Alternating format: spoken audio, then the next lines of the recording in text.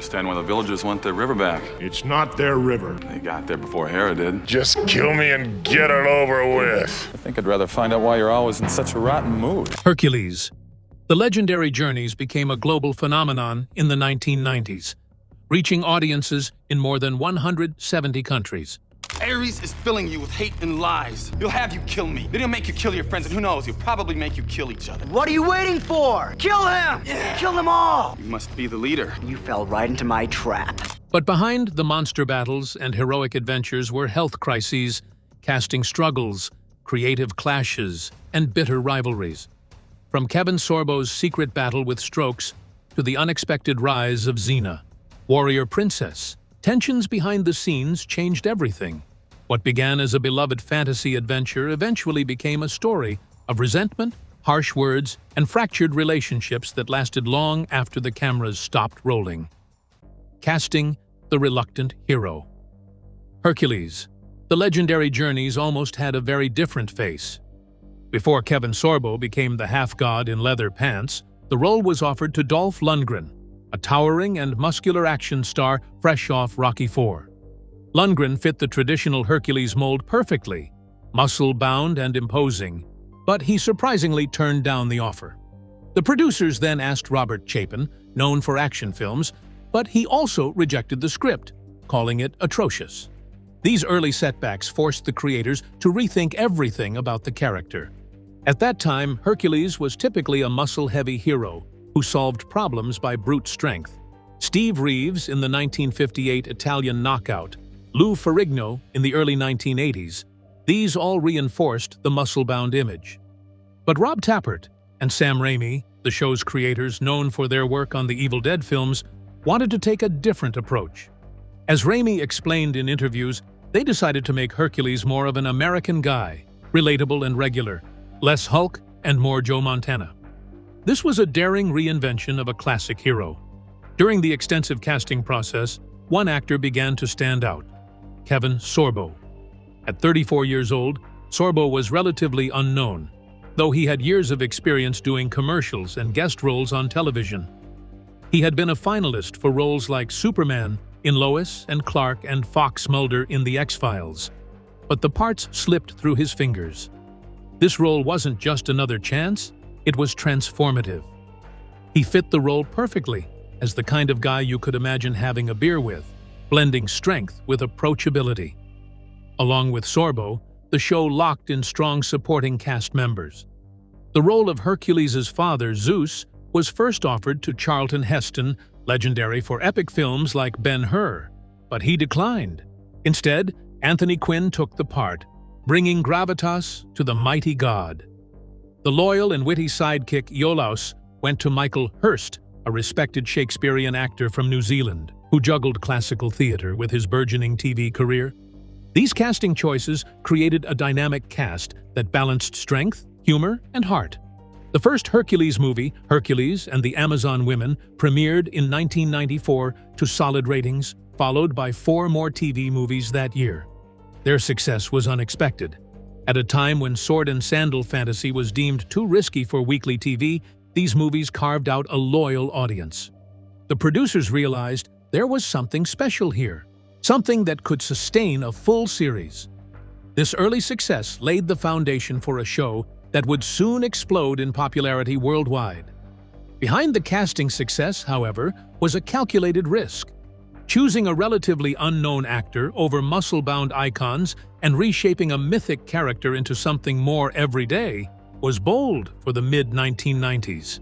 It signaled a shift in how fantasy heroes could be portrayed, less about raw power, more about personality and relatability.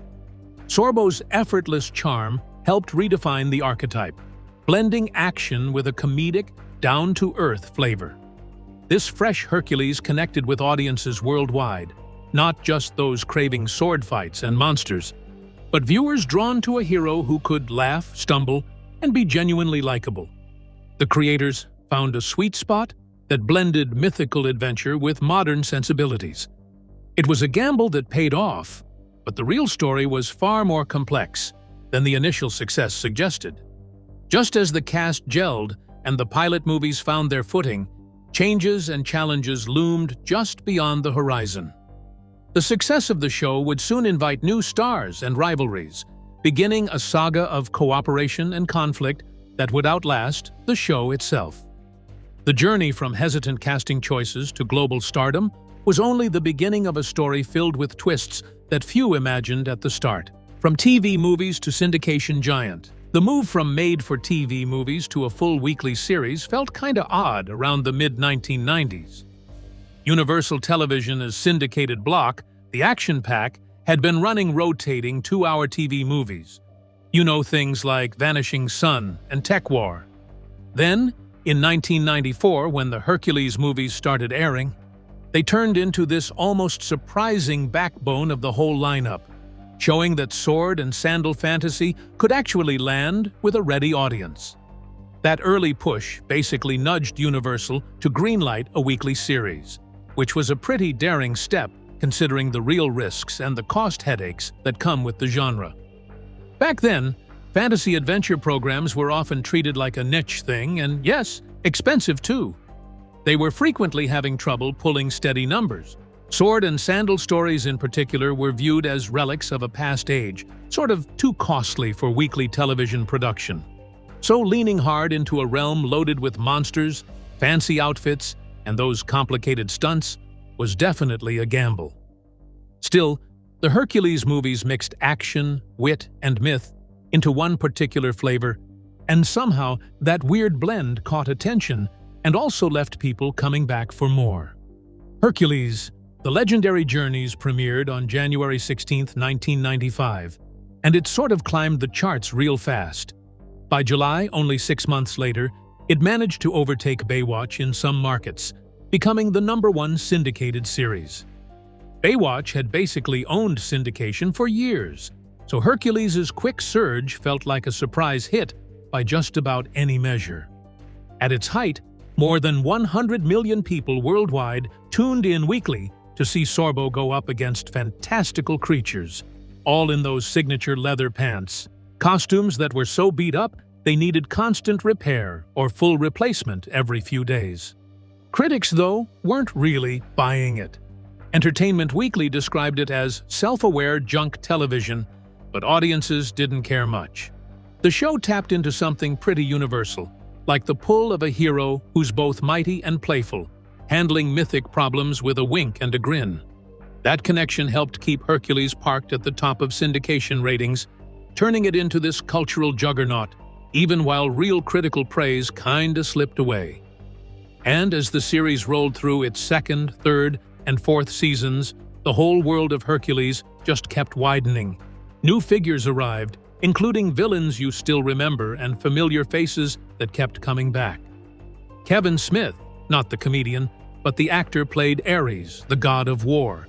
And honestly, his charm made him a fan favorite.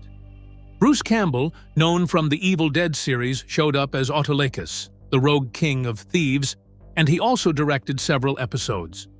Then you had a young Carl Urban showing up in guest spots before his later rise to stardom. These guest stars and recurring figures kind of added more layers to the whole show, like it made viewers feel more connected to the mythological universe. Expanding the show's world helped keep people interested too, because new story arcs and epic clashes kept showing up, and it stayed sort of fresh over several seasons. That expansion also set things up, like a foundation for future spin-offs, and it extended the franchise's staying power plus its bigger cultural footprint. Even with its incredible ratings and global reach, the success was still hiding some hard realities in production. The costs were high, and honestly, keeping a weekly fantasy show running without hiccups wasn't a simple thing to do. Off-camera, the show was pushing limits in how they told the story and in the budget side of it.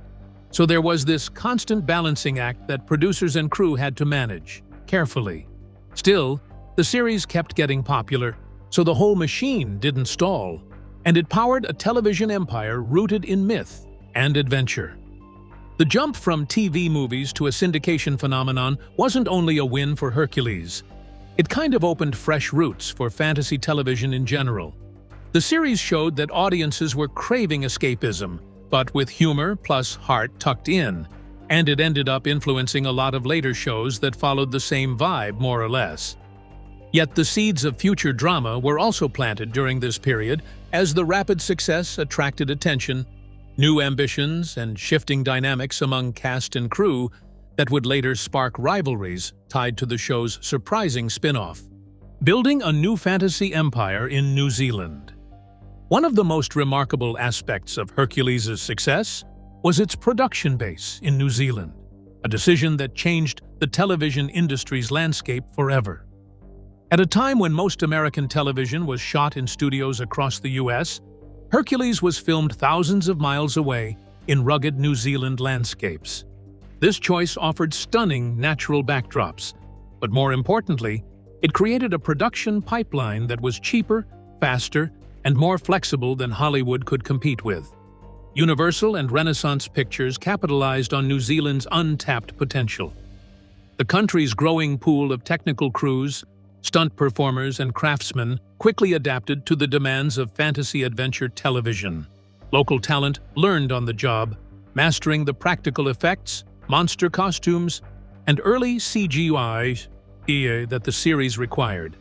New Zealand emerged as a haven for genre productions, able to deliver high-quality production values on a television schedule and budget. This infrastructure established by Hercules not only benefited the show during its run, but also set the stage for a wave of future productions. Other fantasy and adventure series, such as Xena, Warrior Princess, followed suit, tapping into the same resources and expertise. More broadly, the success of this production model paved the way for blockbuster films, most notably Peter Jackson's Lord of the Rings trilogy, which shot entirely in New Zealand and redefined what the country could offer the entertainment world. The synergy between American producers and New Zealand talent created a unique blend of Hollywood scale and local creativity. This collaboration helped Hercules punch above its weight in terms of production quality, making fantastical elements believable and engaging for millions. The vibrant landscapes doubled as ancient lands steeped in myth, adding authenticity and grandeur to the storytelling. The New Zealand setting fostered a close-knit creative environment. Actors, crew, and producers often lived and worked together in a compact region, building camaraderie, but also a pressure cooker of creative and professional challenges. This blend of opportunity and tension would come to define much of the behind-the-scenes story in years to come. Hercules brought new life to the sword and sandal genre by mixing old-school stunt work with the latest footage techniques and CGI. The show was among the first to rely on green screens and martial arts choreography, setting new standards for television fantasy. These innovations made the series feel more cinematic, influencing how genre TV would be developed in the future. The choice to film in New Zealand also opened doors for many local actors and crew members to establish long careers. Michael Hurst transitioned from playing Iolaus to directing episodes of critically acclaimed shows like Spartacus and Ash vs. Evil Dead. The infrastructure nurtured by Hercules became a lasting legacy, with many who cut their teeth there going on to international success. That Hercules could build such an empire thousands of miles from Hollywood was a testament to the vision of its creators and the untapped potential of New Zealand. This pioneering spirit combined myth, innovation, and landscape in a way that no other show of its time had. But as this new fantasy empire grew stronger, storm clouds gathered on the horizon. The unexpected rise of a new warrior princess would soon challenge Hercules' throne, ushering in new battles both on-screen and off. The rise of Xena and brewing rivalries. The unexpected arrival of Xena, warrior princess, changed everything for Hercules and the world surrounding it. What began as a 3-episode arc introduced a fierce warlord who seduced Iolaus to get close enough to slay Hercules. The role was initially set to be played by British actress Vanessa Angel, but a bout of flu kept her from flying to New Zealand, opening the door for Lucy Lawless to take on the character. What was meant to be a brief villainous stint quickly transformed into the launchpad for a massively popular new series. Rob Tappert, impressed with the dailies from the first episode, immediately knew Xena was more than just a guest star. The character's charisma and depth demanded a spin-off, and so the plan shifted. The third episode was rewritten so Xena survived, and the new show debuted in September of 1995. This spin-off rapidly gained its own massive audience, eventually surpassing Hercules in ratings and popularity, a reversal that frustrated and unsettled many on the Hercules set. By the second season of Xena, the show had firmly overtaken Hercules in the ratings race and maintained that lead throughout both series runs. This shift redirected resources and attention away from Hercules, with Sorbo noticing directors he had worked with suddenly unavailable and crew members assigned elsewhere. What had been a successful partnership was starting to feel like a rivalry, with creative energies and support now divided between the two shows. Kevin Sorbo voiced his resentment openly, feeling that Hercules was being sidelined as Xena's production gained momentum. He suggested that half his writing staff and directors migrated to Xena, creating an atmosphere of disadvantage and betrayal. These tensions, simmering behind the scenes, colored the relationship between the two shows and their stars, setting the stage for long-lasting bitterness. As Xena carved out her own empire, the world of Hercules had to adjust. The focus on a female-led spin-off introduced new dynamics and storytelling priorities, shifting the tone and style away from what had made Hercules unique. While fans embraced Xena's adventures, those loyal to Hercules felt the show's spirit was being diluted. The ripple effects of this reshuffling would echo for years in the creative teams and cast members alike. Despite the competitive undercurrent, both shows thrived creatively and commercially. Xena's bold, charismatic lead and serialized storylines complemented Hercules' more episodic approach and humor. Together, they represented a powerful one-two punch in the syndication market that broadened the appeal of fantasy television in the 1990s. Yet beneath the surface, the cracks of rivalry grew, fueled by shifting loyalties and work environments. Within this heated atmosphere, another challenge of a more personal nature began to surface, one that would test the very heart of Hercules and strain its leading man beyond the usual pressures of television production. Kevin Sorbo's health crisis, quietly unfolding, threatened to change the show from the inside out, unseen by the millions of fans worldwide. As Hercules adjusted to the rise of Xena and the stirring tensions, Sorbo's secret battle would become a story defined by endurance and perseverance. The combined weight of behind-the-scenes competition and hidden illness formed the crossroads on which the show's future teetered. The rise of a warrior princess sparked creative rivalry and incited division, but the unfolding personal crises lurking in Hercules' story would deepen the turmoil behind the scenes. Sorbo's hidden health battle. In the summer of 1997, while promoting his film Kull the Conqueror, Kevin Sorbo began experiencing troubling symptoms. Pain, tingling, and cold sensations crept into his left arm and hand. Multiple doctors initially dismissed these signs as minor, and Sorbo kept training and working hard, hoping it was a passing issue. But after a chiropractic visit, everything worsened.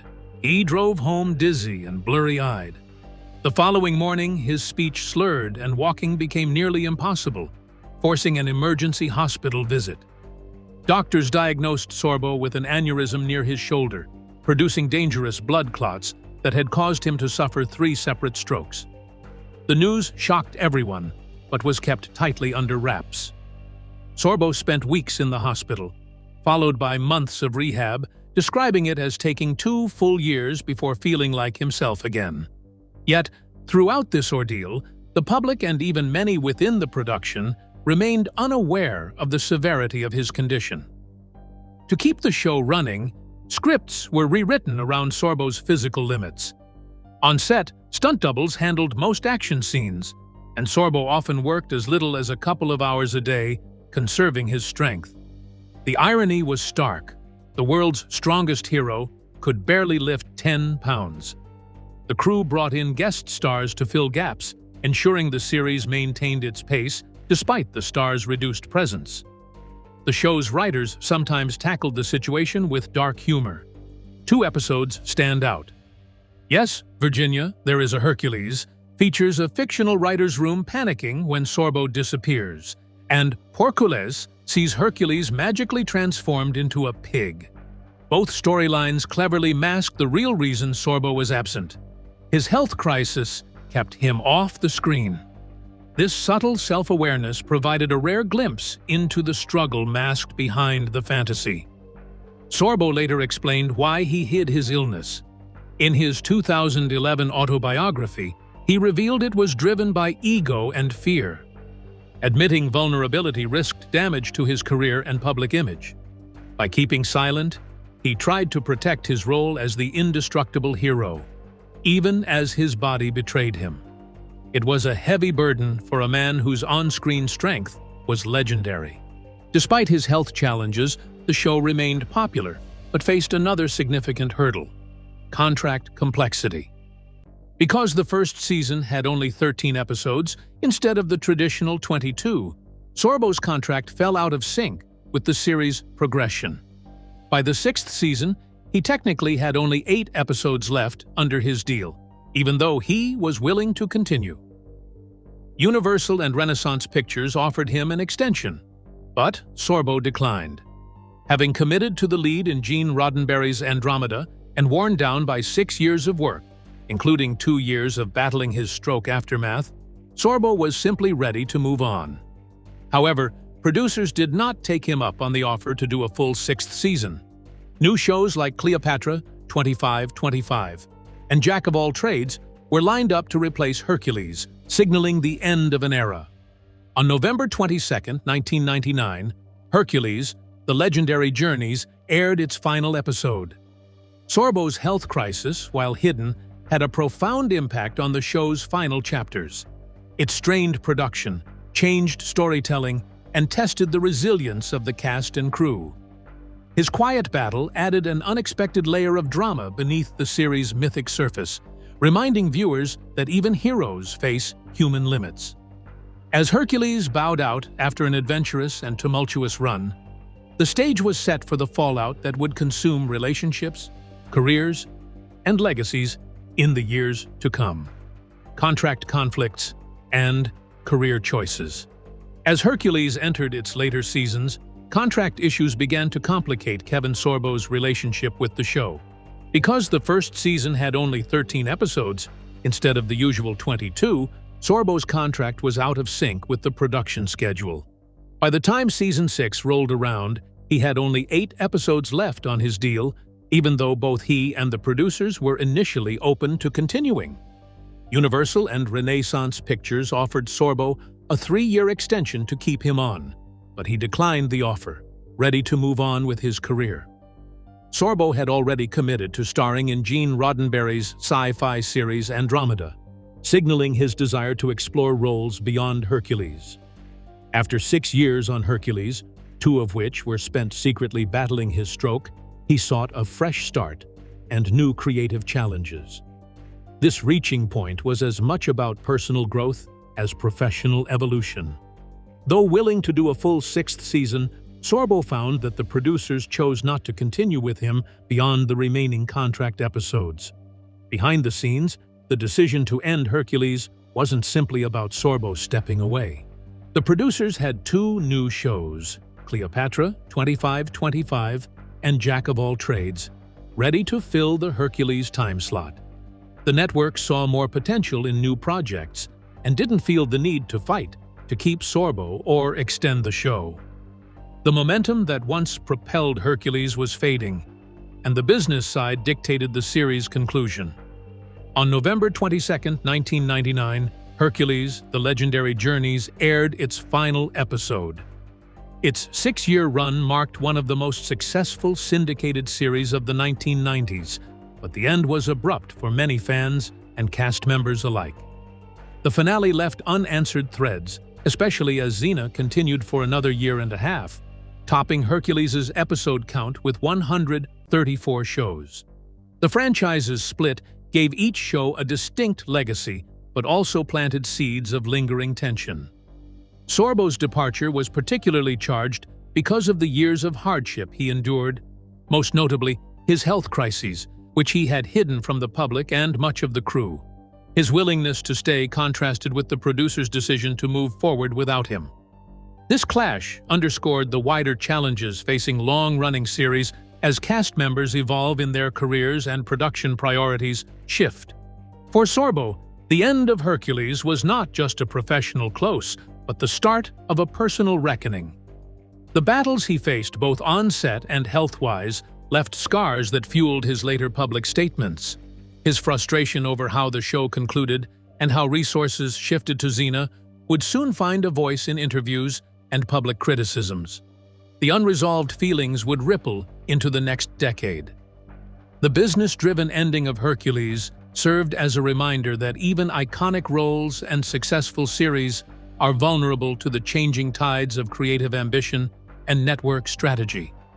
No matter the fan loyalty, contracts, and ratings ultimately drive decisions.